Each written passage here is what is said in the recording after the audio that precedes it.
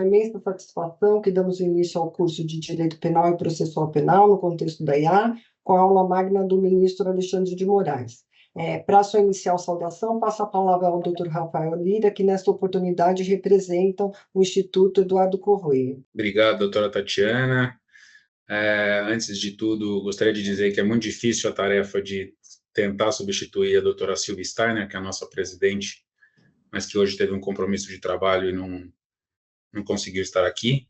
Eu estou vice-presidente nessa gestão, então, representando o IEDC, eu gostaria de agradecer imensamente pela parceria que a Escola Superior do Ministério Público de São Paulo viabilizou, para que a gente conseguisse organizar esse evento, que foi preparado com muito carinho. A gente discutiu muito cada tema, cada pessoa escolhida aqui para trazer os conhecimentos. Espero que todo mundo goste, e estou ansioso aqui para a aula que vai começar. Eu queria agradecer especificamente à doutora Tatiana, ao doutor André Pascoal, que também ajudou muito, e principalmente aí a Silvana, que teve paciência com todos os atrasos que eu tive para passar as informações e a gente chegar aqui nesse produto final. Então, desejo a todos e todas uma aula muito boa e, mais uma vez, estendo aqui os cumprimentos da doutora Silvia Steiner,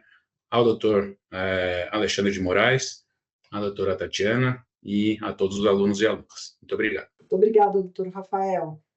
Ninguém melhor que o ministro Alexandre de Moraes para iniciar a discussão desse tema que é tão premente nos dias de hoje, tendo em vista a sua constante luta tanto na presidência do Tribunal Superior Eleitoral, quanto atualmente no Supremo Tribunal Federal, contra as milícias digitais e a desinformação, sempre protestando pela necessidade da regulamentação das Big Techs nessa área. Aliás, essa temática foi objeto da defesa de tese, o direito eleitoral e o novo populismo digital extremista, liberdade de escolha do eleitor e a promoção da democracia, com a qual o ministro concorreu à cátedra no Departamento de Estado da Faculdade de Direito da USP em fevereiro de 2024. O ministro Alexandre de Moraes, de quem tive o privilégio de ser colega de turma de faculdade e ainda colega de turma no concurso de ingresso à carreira do Ministério Público em 91, no qual ele ingressou em primeiro lugar, tem várias qualidades, entre as quais destaco a coragem e o senso de humor. Além disso, sempre foi invejável sua capacidade de trabalho, estando sempre disponível para participar de eventos no Ministério Público. É, pois, uma honra para mim contar com sua participação nessa aula. Não poderia deixar de enaltecer ainda a parceria do Instituto Eduardo Corrêa, fundado pelo professor Fábio Dávila, na PUC do Rio Grande do Sul, que é presidido pela doutora Silvia Steiner, contando com a participação de inúmeros professores portugueses e brasileiros, e sempre realizando eventos de ponta na discussão de temas atuais penais, processuais e na área de filosofia do direito. O presente curso conta com várias aulas que trarão temas tais como a regulamentação europeia e peculiaridades processuais do IA, crimes contra a honra e crimes eleitorais, a inteligência artificial como auxiliar no processo decisório do STJ, responsabilidade penal, perspectiva europeia e brasileira, lavagem de dinheiro e criptomoedas, fraudes bancárias, fake news, opacidade da IA como impeditivo de transparência no controle democrático da investigação criminal, captação ambiental e software espião, IA, Instituto de Criminalística e cadeia de custódia. Feita essa breve saudação, gostaria de passar a leitura do currículo do ministro Alexandre de Moraes. O ministro Alexandre de Moraes é ministro do Supremo Tribunal Federal, foi presidente do TSE no biênio 2022-2024, tendo presidido as eleições gerais de 2022. É doutor em Direito do Estado e livre-docente em Constitucional pela USP, professor titular de Direito da USP e titular pleno pela Universidade Presbiteriana Mackenzie. Em 1991, foi o primeiro colocado no concurso do Ministério Público de São Paulo, tendo sido promotor de justiça entre os anos de 91 a 2002. Em janeiro de 2002, foi nomeado o mais novo secretário de Justiça e Cidadania da História, exercendo o cargo até 2005. Em junho de 2005, tomou posse na primeira composição do Conselho Nacional de Justiça, biênio 2005-2007. Entre os anos de 2007 e 2010, foi secretário municipal de Transportes de São Paulo, acumulando a função de Secretaria dos Serviços, de 2009 a 2010. Foi secretário de Segurança Pública do Estado de São Paulo nos anos de 2015 e 2016, tendo obtido pela primeira vez na história de São Paulo a redução de todos os índices de criminalidade em relação ao ano anterior, 2015 e 2014, e a menor taxa de homicídios por 100 mil habitantes. Em maio de 2016, assumiu o cargo de ministro de Justiça e Segurança Pública, que exerceu até sua posse no STF em 2017. No exercício do cargo, foi um dos coordenadores da área de inteligência e segurança dos Jogos Olímpicos e Paralímpicos, ocorrido no Rio de Janeiro em 2016. É autor de diversas obras, entre as quais Direito Constitucional, em sua 40ª edição, Constitucional do Brasil, Constituição do Brasil Interpretada, Democracia e Redes Sociais, Direito Constitucional Administrativo e Direitos Humanos Fundamentais, Presidencialismo, Reforma Administrativa, Jurisdição Constitucional e Tribunais Constitucionais. Sem mais delongas, passo a palavra ao ministro Alexandre de Moraes. Eu quero inicialmente cumprimentar e agradecer o convite que me foi feito pela doutora Tatiana, amiga já daqui a pouco há quase 4 décadas. Nós ingressamos na Faculdade de Direito do Largo São Francisco em 1986, fizemos juntos a faculdade na mesma classe, na mesma turma e na mesma classe, e depois também tive o privilégio de ingressar no mesmo, como ela já disse, no mesmo concurso.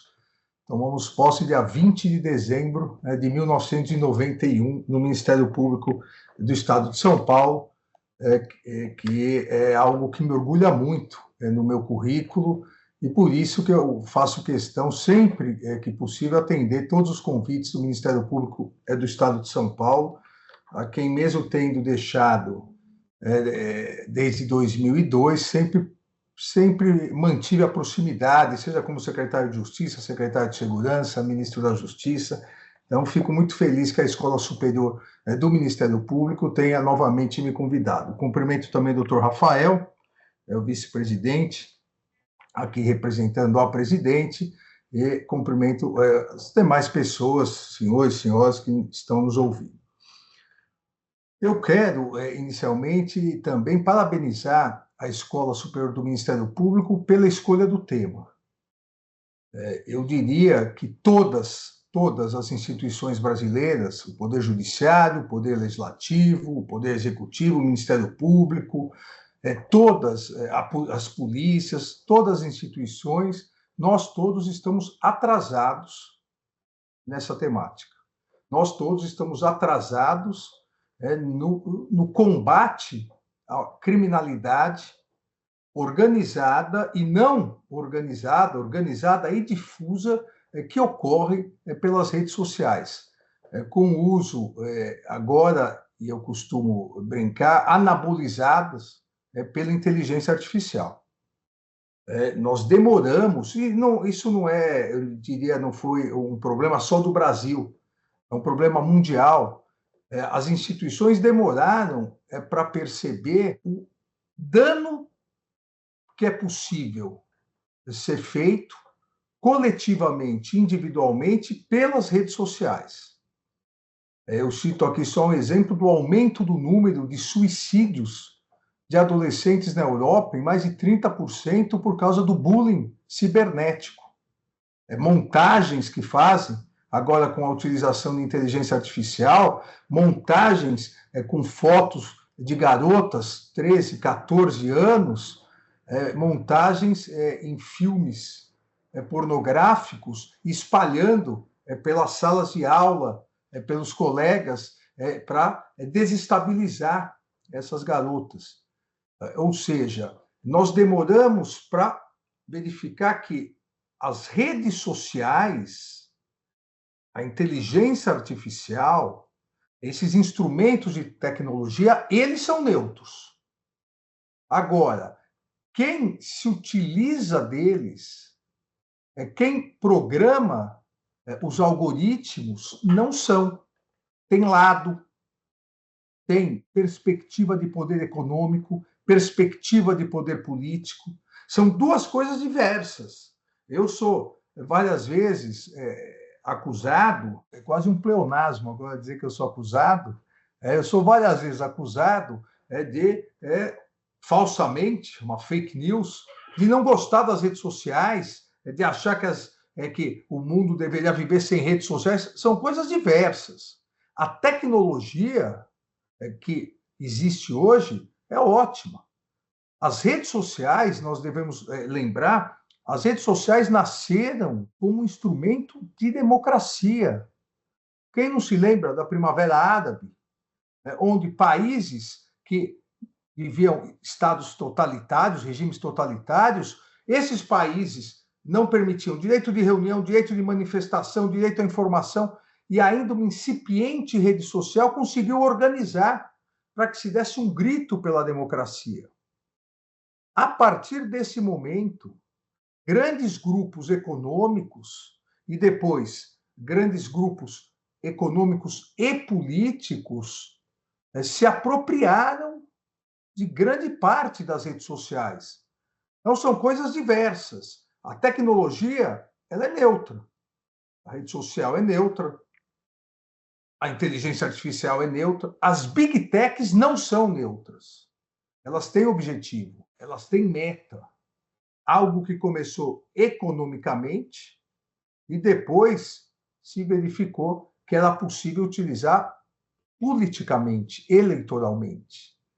Não por outros motivos, hoje o mundo discute, a Europa aprovou, ano retrasado, 2 boas leis, grandes leis de regulamentação, a Austrália aprovou, o Canadá aprovou, vários países vêm aprovando essa regulamentação, não para cercear, como falsamente se diz, a liberdade de expressão, mas sim para regulamentar e evitar uma liberdade de agressão que vem sendo realizada na utilização das redes sociais e das big techs.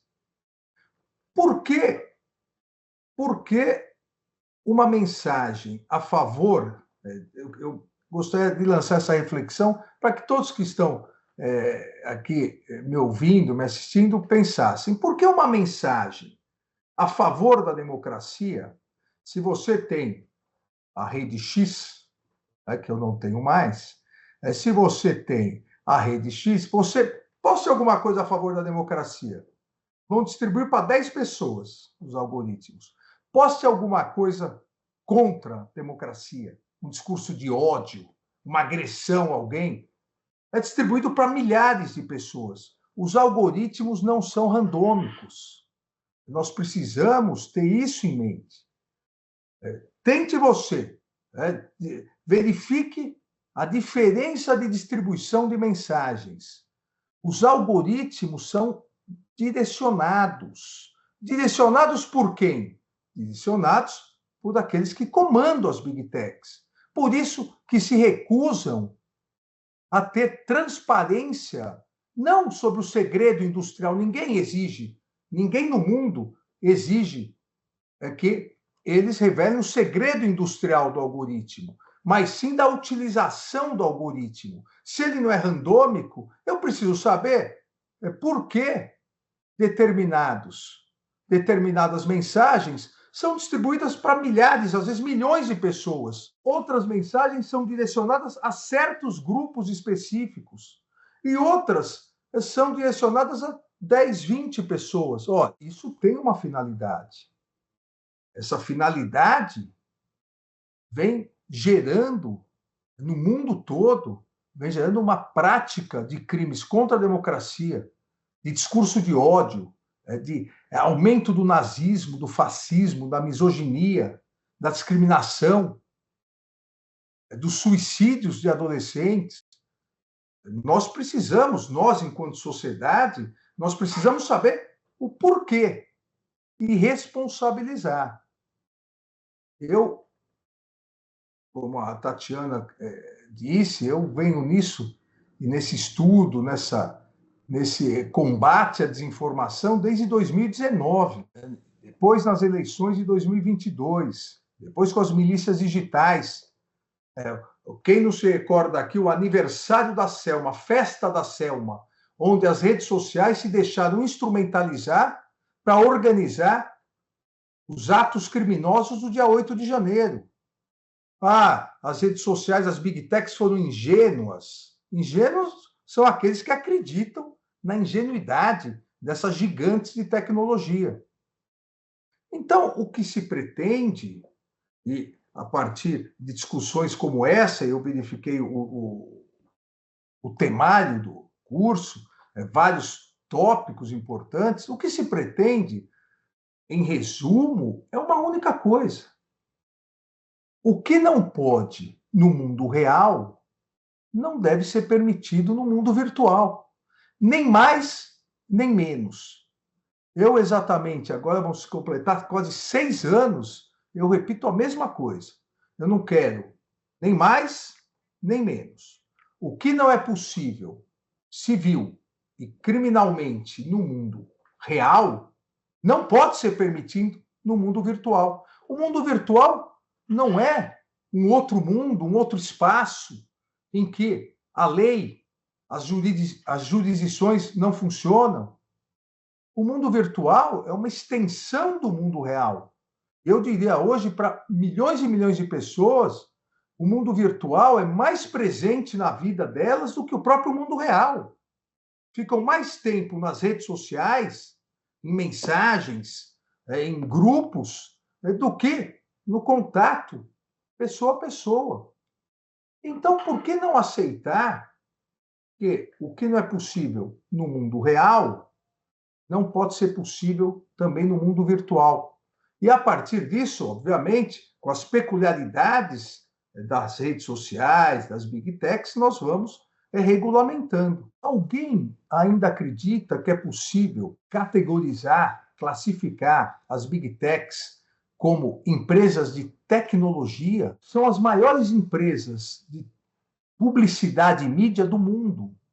Google, há 2 anos atrás, em 2020, agora quase 3 anos atrás, 2022, Google faturou em publicidade no Brasil 3,5 vezes mais do que todo o complexo Globo. Em publicidade, vivem de publicidade. Não podem mais ter a defesa, que é uma defesa pueril, de que nós somos meros depósitos, uma rede de tecnologia, um depósito onde as pessoas colocam o que quiserem. Nós não podemos ser responsabilizados. Ok, desde que vocês não ganhassem, não lucrassem economicamente em cima disso. Eu volto à ideia de que o que não pode no mundo real não é possível no mundo virtual. Se você tem um depósito no mundo real, um grande depósito, você aluga, assina um contrato de locação. A pessoa diz que vai montar lá uma tecelagem. Ao invés da tecelagem, a pessoa monta um laboratório de cocaína para refinar pasta de cocaína e transformar em pó para venda para o tráfico ilícito de entorpecentes. Você não pode ser responsabilizado porque você não sabia, certo? Agora, se você descobre e no mês seguinte você senta com quem assinou o contrato e diz: olha, eu sei que não é tecelagem, eu sei qual a mensagem que você está passando, qual o produto que você está vendendo. Eu quero 10% disso. Ou seja, se você passa a monetizar, você pode ser responsabilizado no mundo real. Por que no mundo virtual não? Por que no mundo virtual, em que as big techs elas ganham economicamente, o faturamento é a partir da monetização e da publicidade das notícias, daquilo que é colocado, dos vídeos, como que elas podem dizer que não tem qualquer responsabilidade? Isso não é crível. Tanto não é que fora o que eu chamo do novo populismo digital extremista, de uma extrema-direita nascida nos Estados Unidos, fora essa extrema-direita que se espalhou pelo mundo, essa ideia para a extrema-direita, ninguém acredita que que a regulamentação é um combate à liberdade de expressão. A liberdade de expressão, em nenhum lugar do mundo, nem nos Estados Unidos, diferentemente do que agora se pretende afirmar é absoluta. Um dos grandes justices da história da Suprema Corte norte-americana, o Justice Holmes, na década de 30, já citava um exemplo. Na Suprema Corte, ele citou um exemplo da restrição à liberdade de expressão. O exemplo era que alguém não poderia, num cinema ou num teatro lotado, gritar fogo, fogo, causando a morte de pessoas. Veja, isso já na década de 30. E, na verdade, esse exemplo é derivado de um exemplo de John Stuart Mill, um dos maiores filósofos liberais, um dos maiores defensores da liberdade de expressão, o verdadeiro criador do mercado livre de ideias, que depois foi também pelo Justice Holmes levado à Suprema Corte norte-americana, a ideia de que a sociedade tem que discutir todas as opiniões, o mercado livre de ideias. Próprio Stuart Mill dizia que a liberdade tem restrições no caso do perigo de dano à sociedade. Não é possível, dizia Stuart Mill, e ninguém vai, diferentemente do que fazem comigo, acusar ele de ser comunista, socialista. Alguém que acusar Stuart Mill de ser socialista e comunista, nem havia ainda o comunismo e o socialismo à época. Mas Stuart Mill dizia: ninguém pode usar a liberdade de expressão se isso for causar um perigo de dano à sociedade. Vale a relatividade de todos os direitos fundamentais, desde a liberdade de expressão até a vida. A vida também não é absoluta. Você pode, em estado de necessidade, legítima defesa, acabar acarretando a morte de alguém e não vai ser responsabilizado. Então, a relatividade existe em todos os países. Não é verdade que nos Estados Unidos a liberdade de expressão seja absoluta. A interpretação deles é mais larga do que no restante do mundo.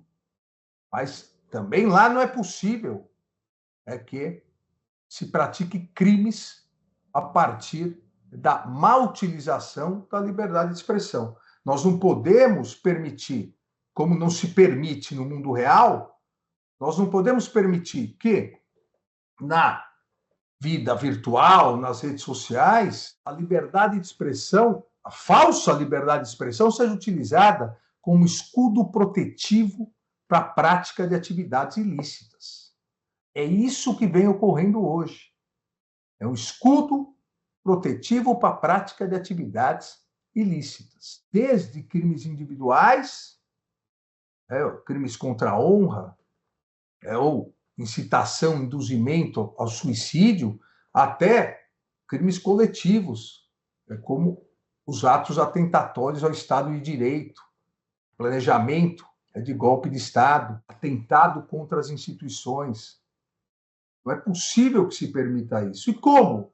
Como se não resolver, como nós podemos diminuir isso?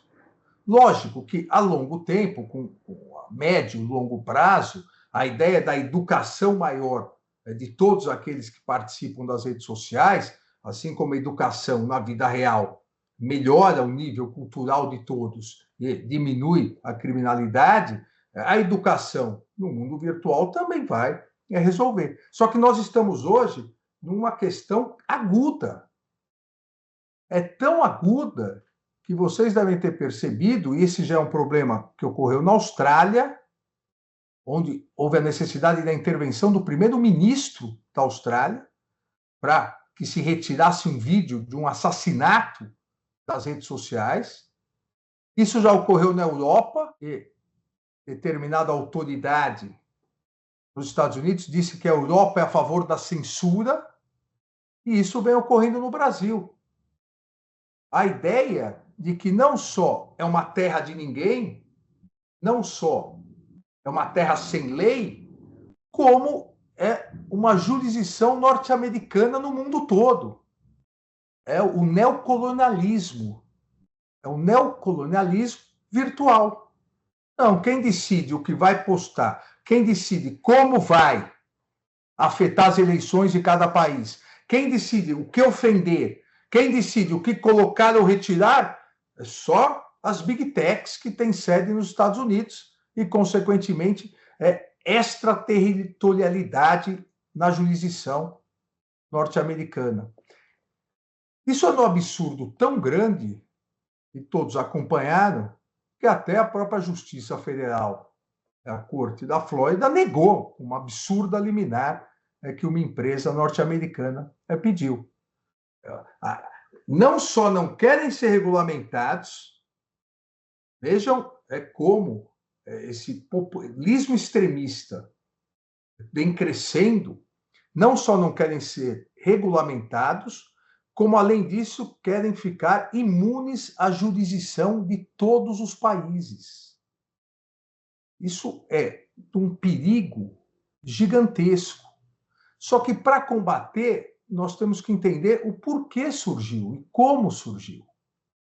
A partir do momento que grandes grupos empresariais perceberam, lá atrás, desde o início, como eu disse, das primaveras árabes, perceberam que era um novo método realmente importantíssimo de acesso à população, num primeiro momento decidiram utilizar isso de forma a ter ganhos econômicos. Isso surge, na verdade, para ganhos econômicos. Big Techs, todas elas, têm uma única finalidade: dinheiro, faturamento, seja via poder econômico, e perceberam que, com o poder político, evitam regulamentação, evitam restrições. Mas isso começou com o poder, isso começou direcionado para a questão econômica. Ora, as redes sociais perceberam que tem o maior banco de dados da história, sem que você autorize. Nem eu, nem a doutora Tatiana, nem o doutor Rafael assinamos nenhum termo que permita que Google utilize as nossas informações do que nós lemos, locais que nós frequentamos, o que nós comemos, o que você compra no iFood, o que você compra na farmácia. Se fosse no mundo real e alguém utilizasse, todos poderiam entrar com ação, no mínimo, de indenização por danos morais. As Big Techs, elas utilizam todos os nossos dados, coletam todos os dados e, via inteligência artificial, direcionam mensagens que interessam e vão cativando as pessoas. Eu repito, nem a nossa própria mãe, e não tem ninguém que saiba mais da nossa vida do que a própria mãe, nem a própria mãe tem tantas informações como as redes sociais têm. No início, começaram a utilizar isso via algoritmo, via inteligência artificial e os algoritmos distribuindo para ganhos só econômicos. Quem aqui já não consultou alguma coisa? Você quer comprar um carro branco e preto em homenagem à vitória do Corinthians de ontem. Você quer comprar um carro branco e preto. Nunca mais na vida você vai se livrar de propaganda, de mensagens no e-mail, nas redes sociais, no Instagram, de carro branco e preto. Daí você fala, estão me grampeando. Você esquece que você consultou? Não, uma vez consultado, esquece. Está para sempre que você tem interesse nisso. E vai direcionando. Do direcionamento se passou a manipulação. Você consulta um carro branco e preto da empresa A. Aí vem a mensagem: olhe o carro da empresa B, ela é muito melhor. Já manipulação. Já tentando te manipular. O consumidor, ele quer o A. Quer consultar o A. Manda um B. E aí, você tenta de novo o A. Vem aquela lista de 300 links só do B. Quem aqui já não se perguntou, quando consulta alguma coisa, como é feita aquela lista de prioridades de notícias? É randômico? Não. É direcionado, seja para fins econômicos, seja para fins políticos.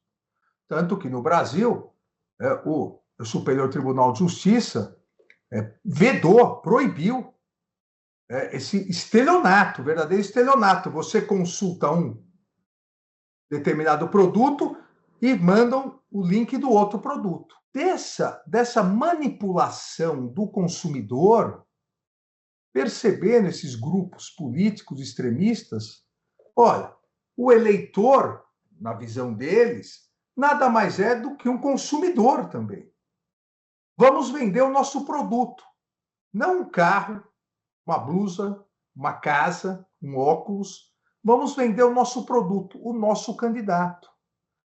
E, a partir disso, foram construindo, via inteligência artificial e mandando os algoritmos direcionados, foram construindo as bolhas de pessoas. Essas pessoas gostam mais disso, consultam mais esse assunto, são a favor do aborto, a outra é contra o aborto, essa é a favor do direito de propriedade, aquela é mais assim, assado, e foram cativando essas pessoas. No início, mandando mensagens verdadeiras. A partir do momento que essa pessoa só passava a consultar determinados sites, determinadas notícias, aí as notícias fraudulentas.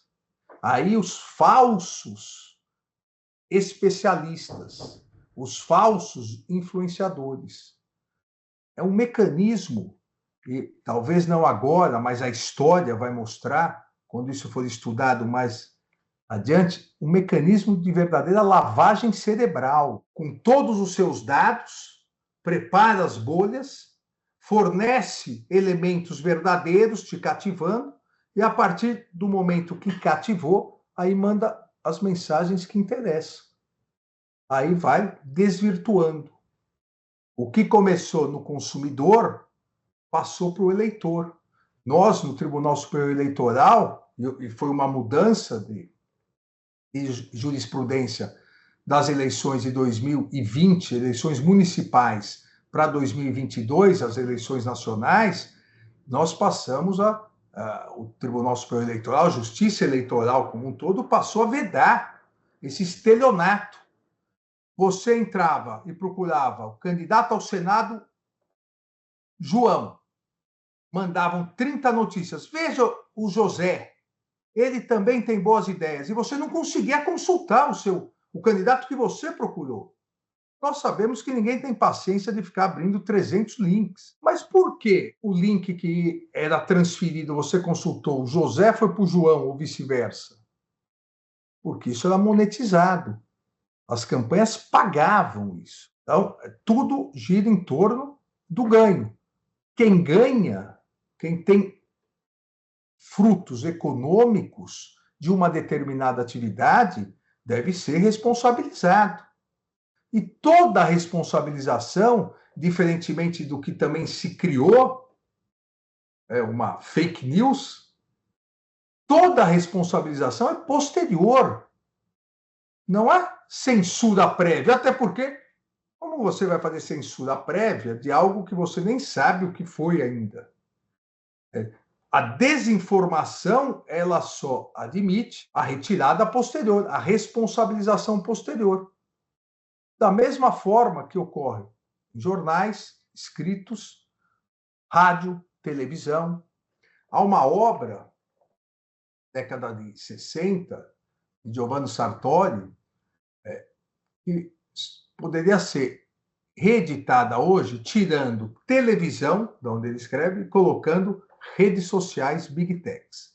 Ele escreveu o perigo que seria a televisão, um grande instrumento de comunicação de massa nas eleições, para desvirtuar as mensagens eleitorais. E por isso a necessidade de regulamentação lá atrás. Eu pergunto, foi um atentado hoje, olhando para trás, Nós podemos dizer que é um atentado à liberdade de expressão, a regulamentação que existe no mundo todo da responsabilização posterior da mídia, hoje podemos chamar de mídia tradicional, rádios, televisões, jornais, revistas. Tanto não é que na discussão do artigo 19, que o Supremo Tribunal Federal iniciou ano passado, o Marco Civil da Internet, as mídias, a Associação das Mídias Tradicionais defendeu a inconstitucionalidade do artigo 19. Defendeu que se aplique às redes sociais a mesma responsabilização que elas têm, sob pena do desequilíbrio que ocorre hoje.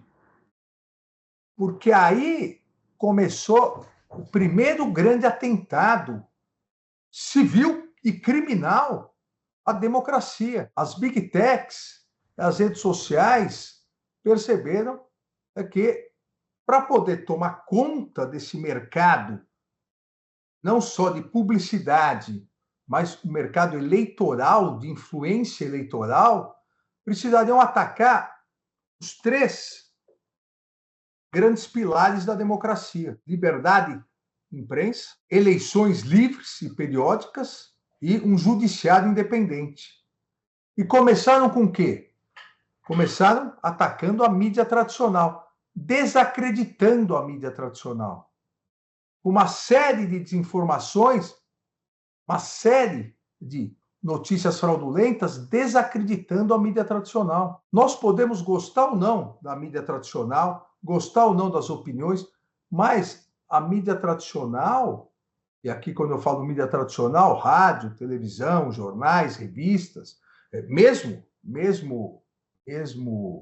via internet, mas aquelas que podem ser responsabilizadas. E por isso tem tem o editor-chefe, tem a direção, ou seja, tem responsabilidade com a notícia, tem responsabilidade com os fatos. Todos podem ter, e isso é uma frase de um senador norte-americano da década de 70, todos podem ter a sua opinião sobre os fatos. Isso é razoável e democrático. Só que todos não podem desvirtuar os fatos. Você, a partir do fato, você pode ser a favor, contra, mais ou menos. Agora, você não pode desvirtuar o fato para tentar convencer. E foi isso que as redes sociais, esse populismo digital extremista, fez. E aí nós temos também que acreditar a grande competência como foi feito, fez de maneira que hoje grandes influenciadores somados têm mais audiência do que todos os telejornais e não tem a mínima responsabilidade, não tem nenhum vínculo com a veracidade dos fatos, não da interpretação da minha opinião sobre os fatos, mas a questão dos fatos. Eu posso criticar a questão ambiental. Alguém pode criticar a forma como se trata a questão ambiental. Só que você não pode deturpar os fatos dizendo que não existe um aquecimento global. Você não pode desvirtuar os fatos dizendo que a Terra é plana, dizendo que quem toma vacina pega AIDS. Veja, isso não é você analisar o fato, pandemia, vacina, dar sua opinião. Isso é você deturpar os fatos para atingir determinados objetivos de forma absolutamente irresponsável. E foi conseguindo. As redes sociais hoje têm a força gigantesca. E aqui é algo que eu repito sempre também para vários jornalistas, uma crítica à mídia tradicional. Porque a mídia tradicional, ao invés de se impor, de mostrar sua credibilidade, a mídia tradicional foi jogar no campo do adversário. E quem gosta de futebol sabe que jogar no campo do adversário com a torcida contra sempre é pior. Ou seja, ao invés de continuar colocando as notícias, os debates primeiro na televisão, primeiro nos jornais, nas rádios, não.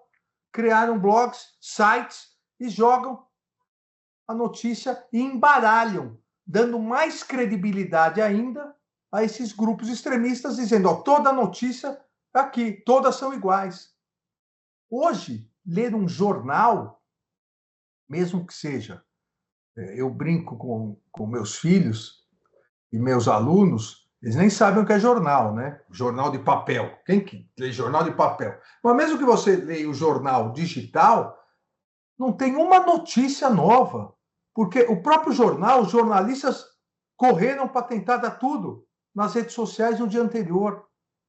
Ou seja, corroboraram o que as redes sociais, esses extremistas, quiseram de início. Misturar tudo. Falar tudo é igual. A notícia checada de um grande grupo de mídia é igual à notícia que eu invento aqui, porque as duas estão rodando nas redes sociais, só que com uma vantagem. Na rede social, eu, que controlo determinada Big Tech, eu distribuo mais essa notícia do que a outra. Meus algoritmos vão distribuir 10 vezes mais essa notícia fake do que essa notícia verdadeira. E a partir disso eu confundi, seja o consumidor, seja o eleitorado, eu confundi o que é verdadeiro ou é falso, fica tudo no mesmo balaio. Atingido esse objetivo, que lamentavelmente foi atingido, o segundo ataque criminoso foi ao segundo pilar da democracia, que são eleições livres e periódicas. Veja, em nenhum lugar do mundo esses grupos extremistas digitais se dizem contra a democracia. Tanto que as duas palavras que eles mais utilizam, se consultar nas redes sociais, é liberdade e democracia. Liberdade para esses grupos poderem fazer o que bem entenderem contra as minorias e democracia desde que esses grupos sejam eleitos. Mas também de forma inteligente, não atacaram a democracia enquanto regime de governo. Atacaram os métodos, os instrumentos que levam à democracia. Olha, eu sou um democrata, mas tem fraude na eleição. Então, eu preciso continuar no poder para fazer eleições livres. Turquia, Polônia, diversos países. Nos Estados Unidos, o ataque foi ao voto por carta. No Brasil, nós não temos, seria até um absurdo pensar em voto por carta. Lá é uma instituição eleitoral, desde a Guerra de Secessão, para que pudesse acontecer a eleição presidencial que reelegeu o presidente Abraham Lincoln, foi autorizado o voto por carta. E determinado partido sabe, porque tradicionalmente isso ocorre, que o outro partido tem mais votos por carta. Então, atacou o quê? Fraude nos votos por carta. No Brasil, também não se atacou a democracia. Se atacou o quê? O instrumento. As urnas eletrônicas são fraudulentas. Ok. Então, não são dois. Dá um exemplo de fraude. Não, são fraudulentas. Uma amiga minha disse que digitou um número, apareceu outro. Aí vem aqueles videozinhos fake, que você vê até o corte do vídeo, de tão ruim que é. O código-fonte. Nunca se revelou o código-fonte. Eu até hoje ouço isso. Onde eu vou, alguém chega educadamente, fala, ministro, posso falar uma coisa para o senhor? Por que o senhor não revela logo o código-fonte para acabar com isso? Eu digo, a senhora sabe o que é código-fonte? Aquele negócio para fraudar a urna. Nem faz ideia. Código-fonte, num resumo, é um tradutor. Um programa tradutor. Você coloca o número do seu candidato para sair exatamente o candidato que você escolheu, só que de maneira que ninguém possa saber. Mistura para ter a liberdade e o sigilo do voto. E o código-fonte fica à disposição de todos os partidos políticos da Polícia Federal, do Ministério Público, de organizações não governamentais, um ano antes da eleição. Só que as notícias fraudulentas foram tão repetidas que o código-fonte era escondido, acho que alguns de vocês vão se recordar, numa sala escura no TSE, no subsolo. E eu fiz questão de levar, inclusive, o então ministro da Defesa, no dia da abertura do código-fonte, para mostrar que a sala não era nem no subsolo e nem escura, e que o código-fonte, para vocês terem uma ideia, todos os partidos assinam o HD, o disquete, o drive do código-fonte, para que não possa ser alterado. Então, houve o ataque à forma, aos instrumentos que levam à democracia. Isso no mundo todo. Para desestabilizar. Olha, a democracia é o melhor dos regimes. Nós também achamos, apesar de, dizem eles, serem extremistas, nós achamos. Só que essa democracia não. Tem que mudar, porque essa democracia está sendo fraudada, por isso que nós não ganhamos todo, por isso que nós não temos 100% dos votos. E por que no Brasil, e o Brasil é um lindiquense que já vem sendo estudado em vários países da Europa, por que no Brasil isso foi mais acentuado? Porque no Brasil o segundo pilar da democracia e o terceiro são muito unidos. A partir do ataque ao segundo pilar, aos instrumentos da democracia, logicamente, isso gerou um contra-ataque de ações judiciais. Então, precisou se atentar à independência do judiciário. Todos os países que eu já citei, Polônia, Hungria, Turquia, nos Estados Unidos, no Brasil, Itália, passaram a atacar o judiciário. E há 3 formas de ataque ao judiciário. A cooptação, vários países conseguiram. Olha, hoje nós tomamos o poder, somos extremistas, mas vocês venham e façam parte dessa nova elite do poder. Cooptação, a composição, no sentido de alterar a composição das Supremas Cortes e dos tribunais constitucionais. Na Polônia, de 70 passou para 65 anos a aposentadoria compulsória, retroativo a quem já estava, e 5 saíram. Em outros países, se pretendeu aumentar o número de juízes ou ministros da Suprema Corte, tribunais constitucionais. O Brasil já teve isso. O ato institucional número 2 aumentou de 11 para 16 ministros do Supremo Tribunal Federal, para a ditadura militar nomear 5. E aí conseguir uma maioria. Só que essa segunda forma de combate ao judiciário, a independência do judiciário, depende do Congresso ou do Parlamento. Então, se não houve a cooptação e não se conseguiu o apoio do Parlamento, o apoio do Congresso para mudar a composição, aí se vai para o confronto. Se vai para o confronto para desacreditar, tentar desestabilizar o Poder Judiciário. Foi exatamente o que ocorreu no Brasil. E como eu disse há pouco, por que no Brasil isso foi mais acentuado?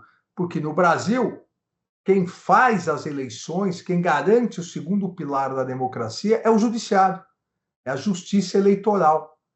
Então, ao atacar, ao mesmo tempo, o instrumento da democracia, as urnas eletrônicas e o judiciário, isso somou tudo e personificou no Supremo Tribunal Federal. Porque o presidente do Tribunal Superior Eleitoral, ou a presidente, como hoje a ministra Carmen Lúcia, sempre é um ministro do Supremo. E o Supremo é que exerce a jurisdição constitucional. Isso foi programado. Os ataques foram programados.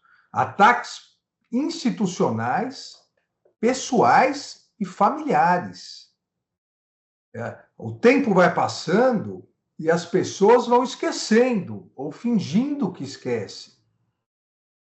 O esquecimento leva à reiteração da conduta. A impunidade gera a reiteração de condutas. Então, não é possível nós olharmos para trás e não verificarmos que no Brasil ocorreu da mesma forma que ocorreu em vários países do leste europeu, que ocorreu em outros países da Europa, só que o Brasil, e isso é algo que nós todos devemos nos orgulhar, com todos os problemas que o Brasil vive, o Brasil construiu instituições sólidas. Instituições sólidas não significa instituições perfeitas, até porque a perfeição não existe no ser humano. Instituições compostas por seres humanos têm erros, mas as instituições mostraram muito mais do que resistência. As instituições mostraram resiliência.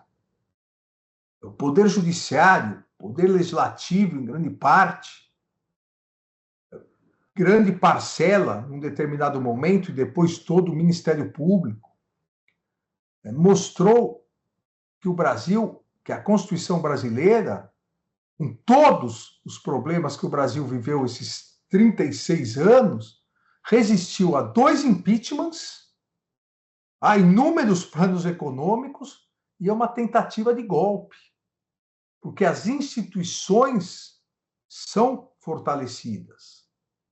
Ora, se houve a demonstração de que as instituições precisaram resistir e permanecer no combate, há a necessidade de se melhorar os instrumentos legais para evitar que isso volte a ocorrer. Então, hoje, ninguém que seja, com todo o respeito a todas as pessoas, mas ninguém que acredite no Estado de Direito, ninguém que acredite na democracia, pode continuar defendendo que as redes sociais sejam terra de ninguém.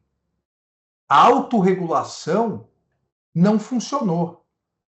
Eu fiz inúmeras reuniões com todas as Big Techs. Numa delas eu perguntei, vocês controlam pornografia infantil? Controlamos, todos. Vocês controlam pedofilia? Sim. E direitos autorais, porque isso, a indenização é gigantesca. Sim. Falei, qual o nível de controle? 93% antes do primeiro like. A inteligência artificial consegue controlar. 93%. E 7% que a gente fica na dúvida, aí vai para uma comissão de pessoas, seres humanos. Falei, ótimo. E não dá para controlar nazismo, mensagens de nazismo, de fascismo, de racismo, de misoginia, de atentado contra a democracia? Dá. Aí disse um deles, desde que todos controlem. Porque senão a gente perde audiência e perde recurso econômico. Porque o que dá muito dinheiro nas redes, isso dito por eles, é muito amor e muito ódio. São aqueles videozinhos, aquelas notícias de uma galinha que cuidou de um coelhinho, do leão que gosta do ratinho, do tigre que ao invés de comer a raposa, acabou vivendo junto. Essas coisas de pet, tá muito, e discurso de ódio. Agora, existe tecnologia para controle? Claro que existe. Ninguém defende, e eu principalmente, eu defendo uma regulação mais minimalista, inclusive do que a europeia. Ninguém defende que as Big Techs tenham que analisar cada notícia, cada questão colocada, para ver se é fake news ou não, notícia fraudulenta ou não. Não, isso depois se responsabiliza.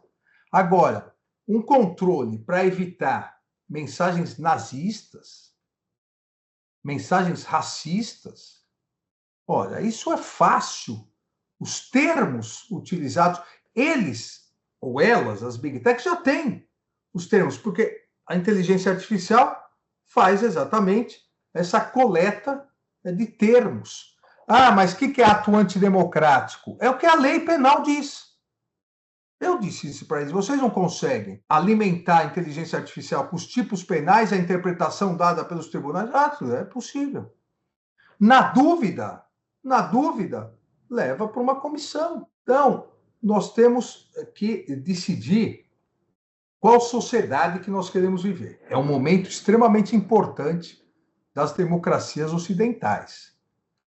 Se nós queremos viver uma sociedade livre, onde todos tenham liberdade de expressão, não só aqueles que os algoritmos das big techs queiram que tenham, uma sociedade que todos possam ser responsabilizados civil e criminalmente da mesma forma, seja por atos ilícitos ou crimes praticados no mundo real ou no mundo virtual, uma sociedade em que ninguém esteja imune à jurisdição de cada um dos países onde atua, ou se nós queremos permitir que o mundo seja controlado pelas big techs, imunes à jurisdição, influenciando em eleições, dizendo o que as pessoas devem comprar ou não, ensinando menores a fazerem armas e bombas,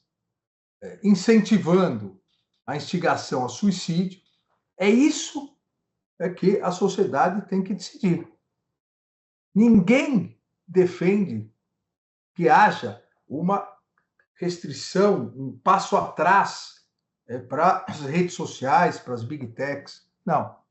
Simplesmente, como lá atrás a televisão foi regulamentada, que hoje sejam regulamentadas as big techs, as redes sociais, sejam responsabilizadas.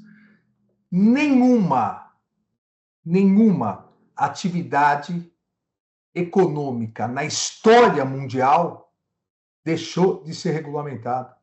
Nenhuma atividade que tem impacto na sociedade, na vida de milhões de pessoas, deixou de ser regulamentada. Imagine se, quando saiu o avião, se começasse a regulamentar e dissesse, não, vocês já querem restringir a liberdade de ir e vir. O carro, já querem restringir a liberdade de ir e vir. Não, é uma regulamentação. Volto a Stuart Mill, é o que dizia o dano emergente, o perigo de dano emergente a toda a sociedade.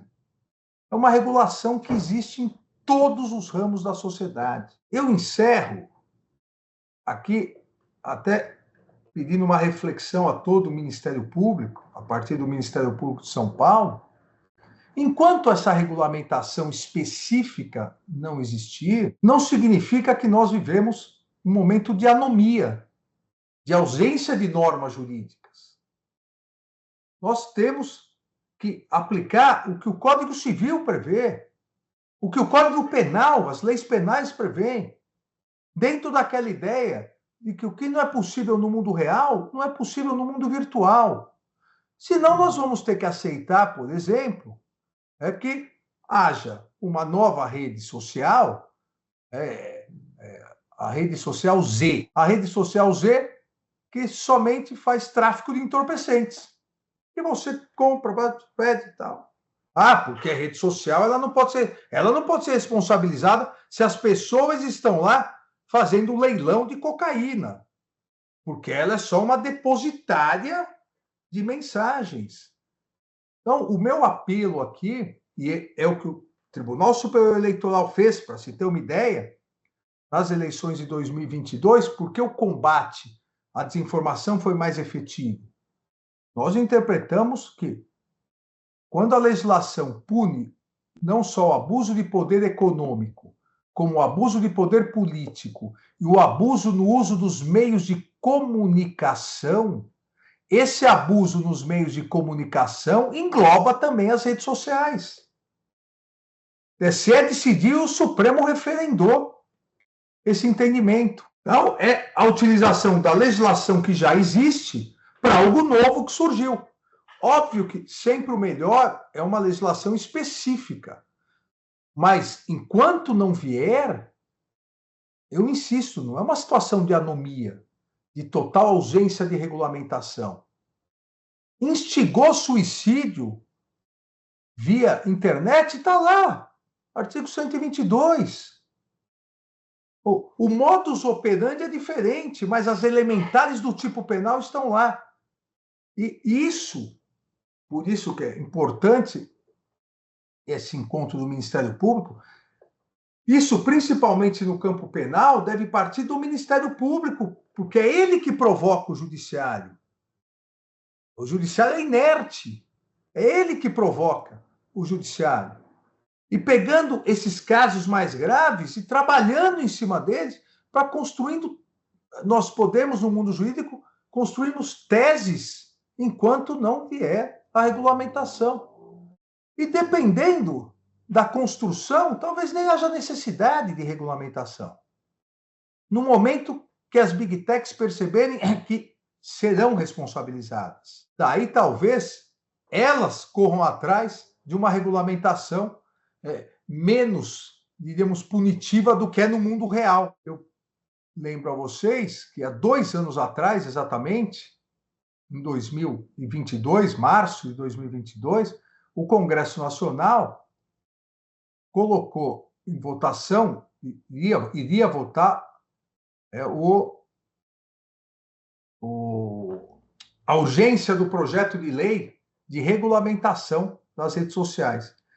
Todas as redes sociais começaram a despejar mensagens contra os parlamentares, atacando os parlamentares, véspera de eleição, simplesmente não houve nem votação da urgência. Isso foi tão grave, um atentado tão grave, uma instrumentalização das Big Techs para atentar contra o Legislativo, que o então presidente da Câmara, o presidente, o deputado Arthur Lira, pediu a abertura de inquérito contra as Big Techs. Nós não podemos deixar que essas grandes empresas de tecnologia, as Big Techs, comandem de longe ainda, comandem a vida política e econômica do país. Nós temos legislação já hoje que é possível aplicar. Obviamente é melhor avançar de forma específica, mas nós temos legislação. E o Tribunal Superior Eleitoral e o Supremo Tribunal Federal vêm demonstrando que isso é possível. Ah, quer atuar no Brasil? Não tem problema. O Código Civil exige que tenha um representante no Brasil. Se todo mundo tem que ter, qualquer ramo de atividade tem que ter representante no Brasil, por que você, rede social, não quer ter? Óbvio, não quer ter para não se submeter às decisões judiciais brasileiras. Então, você não vai funcionar no Brasil. Isso ocorreu ano passado com a suspensão por 39 dias do X, o antigo Twitter, por unanimidade da primeira turma, diferentemente do que dizem que foi só eu, e agora também, por unanimidade já, a primeira turma referendou a Rumble, a suspensão da Rumble. Olha, quer funcionar no país, tem que se submeter à legislação do país, sob pena de nós abrirmos mão também da nossa soberania. Quero, então, Tatiana, agradecer aqui novamente o convite, deixar essas reflexões. Entendo que, como eu disse, o Ministério Público tem um papel importantíssimo nisso, principalmente, e não só, diria, no campo penal, no campo do consumidor também, no campo da infância e juventude, a promoção da defesa dessas inúmeras crianças e adolescentes que vêm sofrendo bullying digital. Então, o Ministério Público é um grande agente no sentido de poder elevar a discussão. Agradeço, então, a doutora Tatiana, agradeço também ao doutor Rafael e a todos aqueles que me ouviram. Muito obrigado. Foram excelentes as palavras, e eu acho que esse curso busca exatamente isso, as reflexões de como melhor atuarmos na área, né? O Ministério Público já vem fazendo trabalho nisso, com o CyberGaeco, em razão dos crimes praticados na Discord e tantos outros, mas a ideia é exatamente avançarmos nesse sentido. Agradeço imensamente a sua participação, eu sei que o senhor é extremamente ocupado, mas, como o senhor disse, o senhor nunca foge ao convite do Ministério Público. Para nós é sempre uma honra. Muito obrigado.